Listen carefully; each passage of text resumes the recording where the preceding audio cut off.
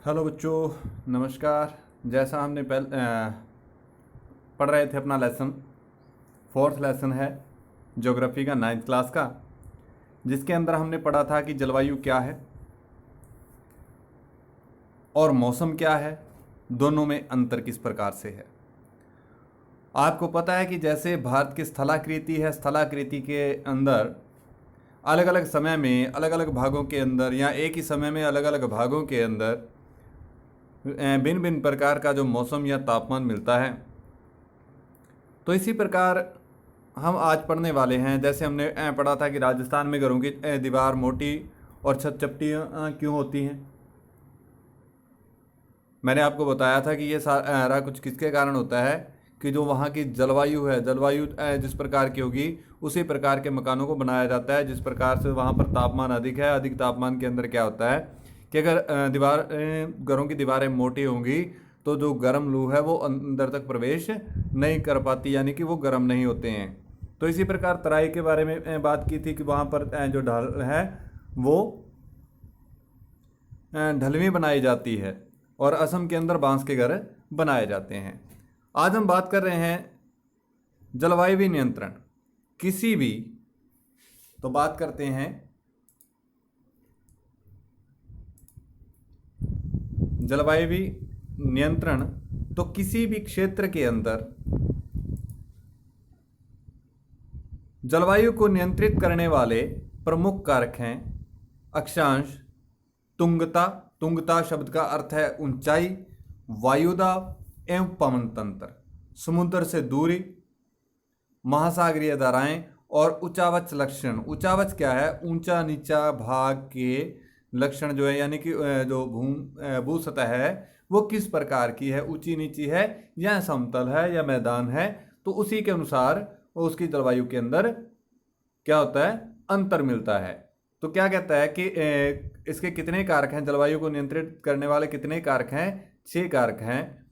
तो वो आपने पढ़ लिया, अक्षांश, ऊंचाई, वायुदाब, पवन तंत्र, समुद्र से दूरी, महासागरीय धाराएं और उचावच। ये सभी क्या हैं? किसी भी क्षेत्र की जलवायु को नियंत्रित करने वाले कारक हैं।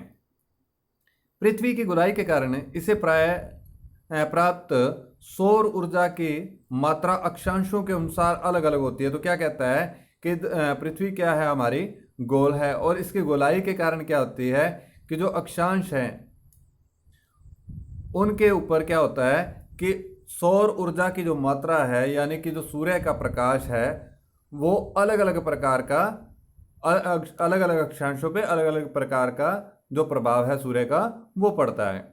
इसके परिणाम स्वरूप तापमान विषुवत वृत्त से ध्रुवों की ओर समानतः घटता जाता है। तो क्या कहता है कि विषुवत वृत्त रेखा से अगर लें तो क्या होता है, ध्रुवों की और अगर हम बढ़ते रहें तो क्या है, वहां पर तापमान घटता जाता है। तो अगर आपके पास क्वेश्चन आए कि विषुवत से ध्रुवों की ओर जाते हुए तापमान में क्या परिवर्तन आता है, घटता है या बढ़ता है, तो आप क्या कह सकते हो कि तापमान कम होता है। जब कोई व्यक्ति पृथ्वी की सतह से ऊंचाई की ओर जाता है, कहां से? पृथ्वी की सतह से ऊंचाई की ओर जाता है, तो वायुमंडल की संघनता कम होती जाती है। तो क्या हो जाता है, वायुमंडल की संघनता कम हो जाती है तथा तापमान घट जाता है। तो आपको पता है कि जैसे जैसे हम क्या करते हैं, पर्वतीय इलाकों के अंदर ऊपर की ओर जाते हैं, तो आपको पता है कि हिमालय के ऊपर बर्फ पड़ने का कारण भी क्या है कि उसकी समुद्र तल से ऊंचाई है, इसीलिए क्या है वहां पर तापमान कम होता है। तो इसी प्रकार क्या कहता है कि जैसे जैसे हम वायुमंडलीय प्रभाव के अंदर जाते रहते हैं तो उसकी संघनता कम हो जाती है, जिससे क्या हो जाता है, तापमान कम हो जाता है। और जैसे जैसे हम दाब की तरफ बढ़ते हैं, यानी कि पृथ्वी के अंदर की तरफ जाते हैं, तो आपने देखा होगा कि आपके जो नए बोरवेल यानी कि ट्यूबवेल लगे हुए हैं उनका पानी अब गर्म होता है। क्यों? क्योंकि वो पृथ्वी के जितना नीचे से पानी आता है उतना ही गर्म होता जाता है। तो क्या कहता है कि इसलिए पहाड़ियाँ गर्मी के मौसम में भी ठंडी होती हैं। किसी भी क्षेत्र का वायु दाब एवं पवन तंत्र उस स्थान के अक्षांश तथा ऊंचाई पर निर्भर करता है। तो वायु दाब और पवन तंत्र किसके ऊपर निर्भर करता है? वहाँ के अक्षांश और ऊंचाई के ऊपर, किसके ऊपर? अक्षांश और ऊंचाई के ऊपर करता है। इस प्रकार यह तापमान एवं वर्षा के वितरण को प्रभावित करता है। समुद्र का जलवायु पर समकारी प्रभाव पड़ता है। तो क्या कहता है कि समुद्र का जलवायु के ऊपर समकारी प्रभाव पड़ता है।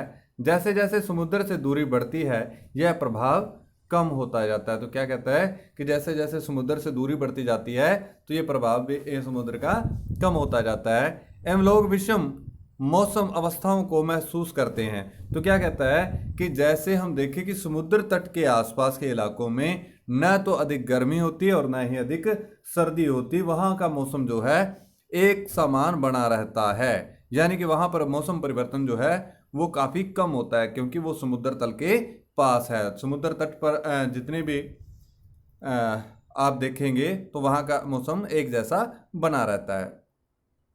इसे महाद्वीपीय अवस्था गर्मी में बहुत अधिक गर्म एवं सर्दी में बहुत अधिक ठंडा कहते हैं। महासागरीय धाराएं समुद्र से तट की ओर चलने वाली हवाओं के साथ तटीय क्षेत्रों की जलवायु को प्रभावित करती है। तो कौन सी धाराएं प्रभावित करती हैं? महासागरीय धाराएं समुद्र से तट की ओर चलती हैं।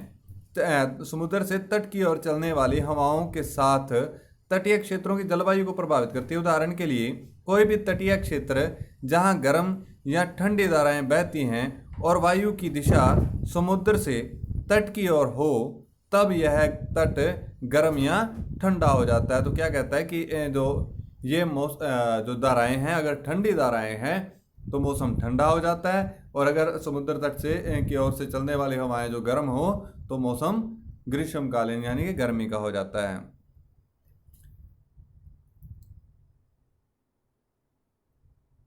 तो अब क्या कहता है कि अतः अंत में किसी स्थान की जलवायु को निर्धारित करने में उच्चावच यानी कि ऊंचा नीचा जगह जो है की भी महत्वपूर्ण भूमिका होती है।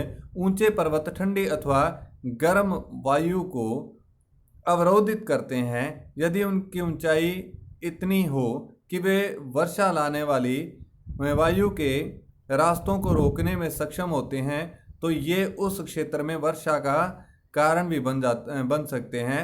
पर्वतों के पवनवी मुख डाल अपेक्षाकृत सूखे रहते हैं। तो क्या कहता है कि जो हवाओं के दिशा के उलट जो ढाल होते हैं वो हमेशा सूखे रह जाते हैं। उसका कारण क्या है कि जो पर्वत अवरोधी होते हैं जो क्या करते हैं वर्षा अवरोधी होते हैं यानी कि वर्षा के रास्ते को रोक लेते हैं तो उससे क्या होता है कि वहां पर वर्षा अधिक हो जाती है और दूसरे किनारों पर वर्षा नहीं होती है। भारत की जलवायु को प्रभावित करने वाले कारक, तो पहला कारक कौन सा है? अक्षांश। कर्क वृत्त देश के मध्य भाग पश्चिम से कच्छ के रण से लेकर पूर्व में मिजोरम से होकर गुजरती है। देश का लगभग आधा भाग कर्क वृत्त के दक्षिण में स्थित है जो उष्ण कटिबंधीय क्षेत्र है। जो कौन सा क्षेत्र है? उष्ण कटिबंधीय क्षेत्र है। कर्क वृत्त के उत्तर में स्थित शेष भाग उपोष्ण कटिबंधीय है। एक उष्ण कटिबंधीय और दूसरा उपोष्ण कटिबंधीय है। इसलिए भारत की जलवायु में उष्ण कटिबंधीय जलवायु एवं उपोष्ण कटिबंधीय जलवायु दोनों की विशेषताएं उपस्थित हैं। अब बात करते हैं ऊंचाई। भारत के उत्तर में हिमालय पर्वत है। इसकी औसत ऊंचाई लगभग 6000 मीटर है। भारत का तटीय क्षेत्र भी विशाल है। यहाँ अधिकतम ऊंचाई लगभग 30 मीटर है। तो तटीय क्षेत्र के ऊपर ऊंचाई कितनी है? 30 मीटर। और हिमालय पर्वत के पास ऊंचाई कितनी है भारत के अंदर जो है वो कितनी है? 6000 मीटर। हिमालय मध्य एशिया से आने वाली ठंडी हवाओं को भारतीय उपमहाद्वीप में प्रवेश करने से रोक देता है। इन्हीं पर्वतों के कारण इस क्षेत्र में मध्य एशिया की तुलना में ठंड कम पड़ती है। तो यही कारण है कि भारत के अंदर सर्दी कम होती है क्योंकि ये पर्वत क्या करता है कि जो शीत हवाएं होती हैं उनके अवरोधक के रूप में कार्य करता है। फिर बात करते हैं वायु दाब एवं पवन। भारत में जलवायु तथा संबंधित मौसमी अवस्थाएं निम्नलिखित वायुमंडलीय अवस्थाओं से संचालित होती हैं। वायुदाब एवं धरातलीय पवनें, ऊपरी वायु परिसंचरण तथा पश्चिमी चक्रवाती विक्षोभ एवं उष्ण कटिबंधीय चक्रवात। भारत उत्तर पूर्वी व्यापारिक पवनों वाले क्षेत्र में स्थित है। ये पवनें उत्तरी गोलार्ध की उपोष्ण कटिबंधीय उच्च दाब पट्टियों से उत्पन्न होती है। ये दक्षिण की ओर बहती हैं। तो ये व्यापारिक पवनें किस ओर बहती हैं? उपोष्ण यानी कि उत्तरी गोलार्ध के उपोष्ण कटिबंधीय के साइड से चलती हुई दक्षिण की ओर यानी कि उत्तर से दक्षिण की ओर बहती हैं। कोरियालिस बल के कारण दाहिनी ओर विपेक्षित होकर ये विषुवतीय निम्न दाब वाले क्षेत्रों की ओर बढ़ती हैं। तो क्या होता है कि जिस ओर निम्न दाब हो जाता है उसी ओर हवा जो है वो चलनी शुरू हो जाती है। सामान्यतः इन पवनों में नमी की मात्रा बहुत कम होती है। तो क्या होता है, इनमें नमी कम होती है क्योंकि ये स्थलीय भागों पर उत्पन्न होती हैं एवं बहती हैं। तो क्या कहता है कि ये स्थल भाग के समुद्र के अंदर तो बनती नहीं है, तो ये क्या है, स्थल भाग से उत्पन्न होती हैं। इसलिए इनमें क्या होता है, पानी की कमी होती है, नमी कम होती है। इसलिए इन पवनों के द्वारा वर्षा कम या नहीं होती है। इस प्रकार भारत को शुष्क क्षेत्र होना चाहिए, लेकिन ऐसा नहीं है। आइए देखते हैं क्यों। भारत की वायु दाब एवं पवन तंत्र अद्वितीय है। शीत ऋतु में हिमालय के ऊपर उत्तर में उच्च दाब होता है। कब? शीत ऋतु में। इस क्षेत्र की ठंडी शुष्क हवाएं दक्षिण में निम्न दाब वाले महासागरीय क्षेत्रों के ऊपर बहती हैं। तो किस ओर बहना शुरू हो जाती हैं? उच्च दाब हमेशा निम्न दाब की ओर बहना शुरू हो जाता है। यानी कि हिमालय की उच्च हवाएं जो है, उच्च दाब वाली हवाएं, वो दक्षिण भारत की ओर बहनी शुरू हो जाती हैं। निम्न दाब वाले महासागरीय क्षेत्र के ऊपर बहती हैं। ग्रीष्म ऋतु में आंतरिक एशिया एवं उत्तर पूर्वी भारत के ऊपर निम्न दाब का क्षेत्र उत्पन्न हो जाता है। तो अब क्या होता है कि उत्तरी भारत के अंदर क्या हो जाता है, निम्न दाब हो जाता है। इसके कारण गर्मी के दिनों में वायु की दिशा पूरी तरह से परिवर्तित हो जाती है। यानी कि जो उत्तर से दक्षिण की ओर बह रही थी, अब दक्षिण से उत्तर की ओर बहना शुरू हो जाती है। यानी कि महासागरों से मैदानी इलाकों की ओर बहने शुरू हो जाती हैं।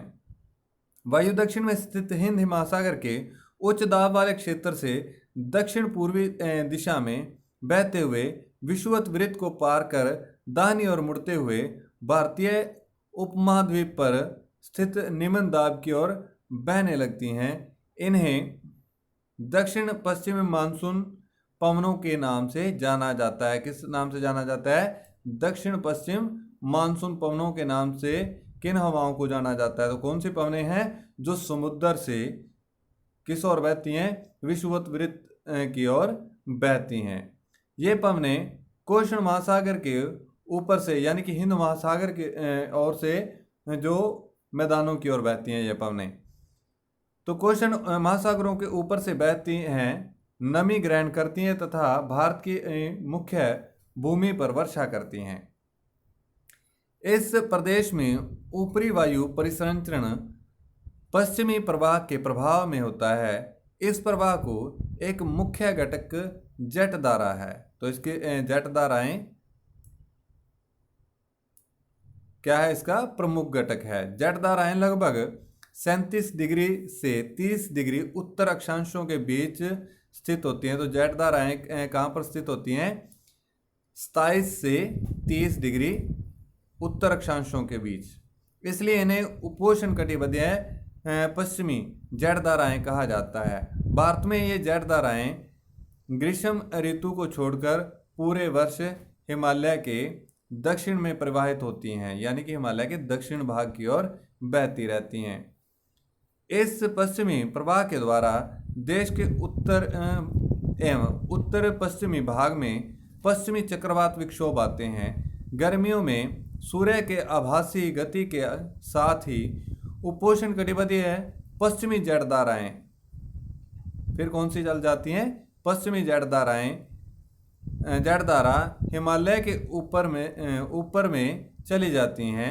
एक पूर्वी जेट धारा जिसे उपोष्ण कटिबंधीय पूर्वी जड़धारा कहा जाता है। गर्मी के महीनों में प्रायद्वीपीय भारत के ऊपर लगभग 14 डिग्री उत्तरी अक्षांश में प्रवाहित होती हैं। तो कहाँ प्रवाहित होने लग जाती हैं जड़धाराएं? 14 डिग्री उत्तर की ओर बहने लग जाती हैं। तो अब हम जान लें कि जड़धारा है क्या। यहाँ पर आपका क्वेश्चन बनता है कि जड़धारा क्या है। तो ये एक संकरी पट्टी में स्थित क्षोभमंडल में अत्यधिक ऊंचाई यानी कि 12,000 मीटर से अधिक ऊंची जगह वाली पश्चिमी हवाएं होती हैं। इनकी गति गर्मी में 110 किलोमीटर प्रति घंटा एवं सर्दी में 184 किलोमीटर प्रति घंटा होती है। बहुत सी अलग अलग जड़धाराओं को पहचाना गया है, जिसमें सबसे स्थिर मध्य अक्षांशीय एवं उपोष्णकटिबंधीय जड़धाराएं हैं। तो ये है बच्चों जड़धारा कि जड़धारा क्या है और ये किस ओर बहती हैं। तो फिर एक इसमें क्वेश्चन आपका बना है कोरियालिस बल। तो है क्या है कोरियालिस बल? पृथ्वी के घूर्णन के कारण उत्पन्न आभासी बल को, कौन से आभासी बल को क्या बोला जाता है? कोरियालिस बल कहते हैं। इस बल के कारण पवनें उत्तरी गोलार्ध में दाहिनी ओर तथा दक्षिण गोलार्ध में बाईं ओर विक्षेपित होती हैं। इसे फेरेल का नियम भी कहा जाता है। तो इसको और किस नाम से जाना जाता है? फेरेल के नियम के नाम से भी जाना जाता है। किसे? कोरियालिस बल को। कोरियालिस बल को फेरेल नियम के नाम से भी जाना जाता है।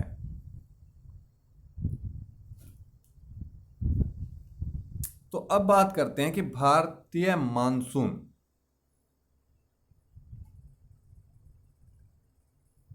आपकी मेरे ख्याल में वीडियो भी आज की बड़ी हो जाएगी। चलो एक पेज और करने की कोशिश करते हैं। भारतीय मानसून। तो बात करते हैं भारतीय मानसून के बारे में। भारत की जलवायु मानसूनी पवनों से बहुत अधिक प्रभावित है। ऐतिहासिक काल में भारत आने वाले नाविकों ने सबसे पहले मानसून परिघटना पर ध्यान दिया था। पवन तंत्र की दिशा उल्ट जाने के कारण उन्हें लाभ हुआ, चूंकि उनके जहाज पवन के प्रवाह की दिशा पर निर्भर करते थे। यानी कि जिस ओर हवाएं चलती थी उसी ओर उनके जहाज जो है आसानी से जा पाते थे। अरबवासी जो व्यापारियों की तरह भारत आए थे, उन लोगों ने पवन तंत्र के इस मौसमी उपकरण को मानसून का नाम दिया। यानी कि जो मौसमी बदलाव थे, उत्क्रमण जो था, उसको क्या नाम दिया?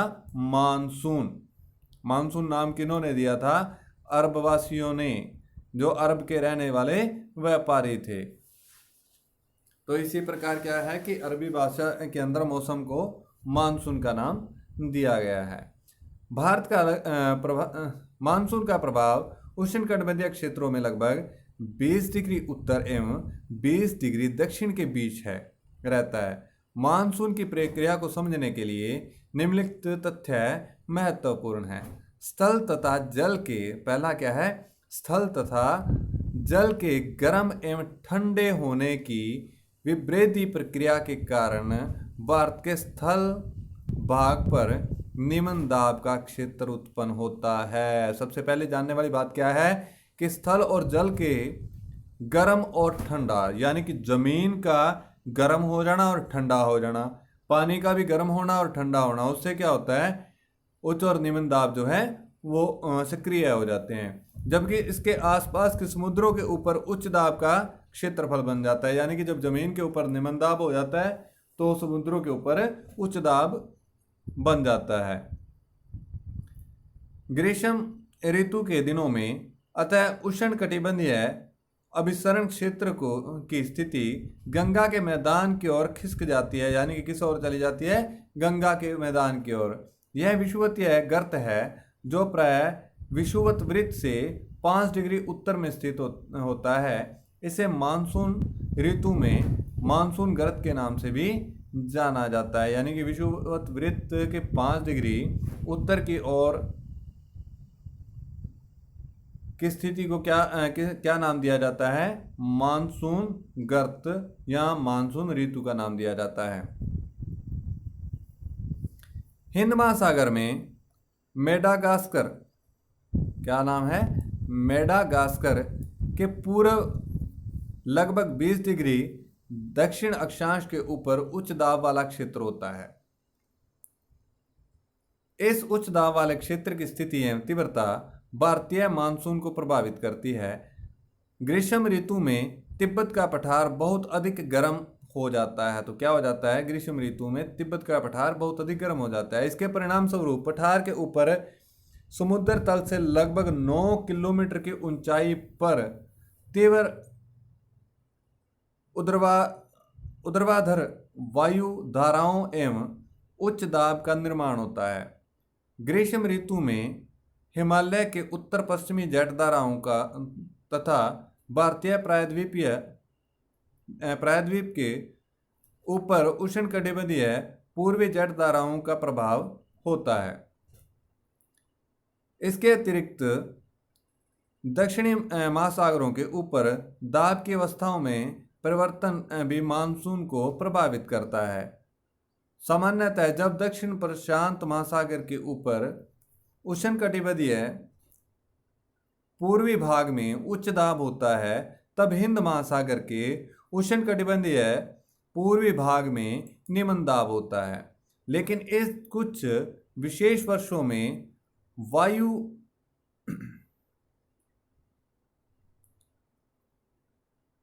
वायु दाब की स्थिति परिवर्तित हो जाती है तथा पूर्वी प्रशांत महासागर के ऊपर हिंद महासागर की तुलना में निम्न दाब का क्षेत्र बन जाता है। दाब की अवस्था में इस नियतकालीन परिवर्तन को दक्षिणी दोलन कहते हैं। यानी कि दक्षिणी दोलन का नाम किसे दिया गया है? यानी कि जब क्या होता है, प्रशांत महासागर के ऊपर हिंद महासागर की तुलना में जो दाब तुलना में निम्न दाब का क्षेत्र जब बन जाता है तो उसको क्या नाम दिया जाता है? दक्षिणी दोलन का नाम दिया जाता है। ये कई वर्षों के अंदर ऐसी स्थिति जो है वो उत्पन्न होती है।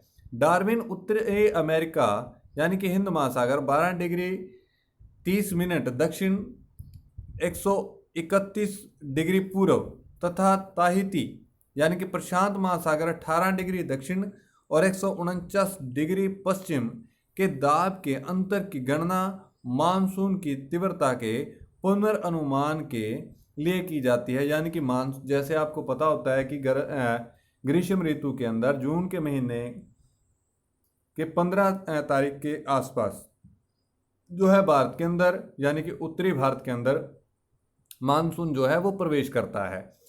तो इसी प्रकार क्या कहता है कि जो ये इलाका है यहीं से पता लगाया जाता है कि किस दिशा में निम्न और उच्च दाब बन रहे हैं। तो इसी की गणना से मानसून का पूर्वानुमान लगाया जाता है कि कहाँ वर्षा होने वाली है। अगर दाब का अंतर ऋणात्मक है तो अर्थ होगा औसत से कम तथा विलंब से आने वाला मानसून। यहाँ पर आपका क्वेश्चन बनता है कि अगर दाब का अंतर ऋणात्मक है तो यानी कि माइनस में यानी कि ऋणात्मक है तो वर्षा के ऊपर यानी कि मानसून के ऊपर क्या प्रभाव पड़ेगा? उसका आंसर क्या निकलेगा कि चाहे तो औसत से कम वर्षा होगी या मानसून देरी से आएगा। एल नीनो दक्षिणी दोलन से जुड़ा हुआ एक लक्षण है। यह एक गर्म समुद्री जलधारा है। तो यहाँ पर आपका क्वेश्चन बन गया कि एल नीनो क्या है? एल नीनो क्या है कि यह एक गर्म समुद्री जलधारा है। किसकी? दक्षिणी दोलन के एक लक्षण की, जो पेरू की ठंडी धारा के स्थान पर प्रत्येक 2 से 5 वर्ष के अंतराल में पेरू तट से होकर बहती है। दाब की अवस्था में परिवर्तन का संबंध एल नीनो से है, इसलिए इस परिघटना को एएनएसओ यानी कि एल नीनो दक्षिणी दोलन कहा जाता है। तो दक्षिणी दोलन क्या है यानी कि एल नीनो क्या है? ठंडी पेरू जलधारा के स्थान पर अस्थायी तौर पर गर्म जलधाराओं के विकास को एल नीनो का नाम दिया गया है। जल एल नीनो स्पेनिश शब्द है जिसका अर्थ होता है बच्चा तथा जो कि बेबी क्रस्ट को व्यक्त करता है, क्योंकि यह धारा क्रिसमस के समय बहना शुरू होती है। एल नीनो की उपस्थिति समुद्र की सतह के तापमान को बढ़ा देती है तथा इस क्षेत्र में व्यापारिक पवनों को शिथिल कर देती है। तो इस प्रकार एल नीनो के बारे में आप अपना क्वेश्चन जो है वो अवश्य बनाएंगे कि एल नीनो क्या है और एल नीनो के बारे में आप क्या जानते हैं। तो आपने ये करना है, बाकी का चैप्टर हम कल को करेंगे। धन्यवाद।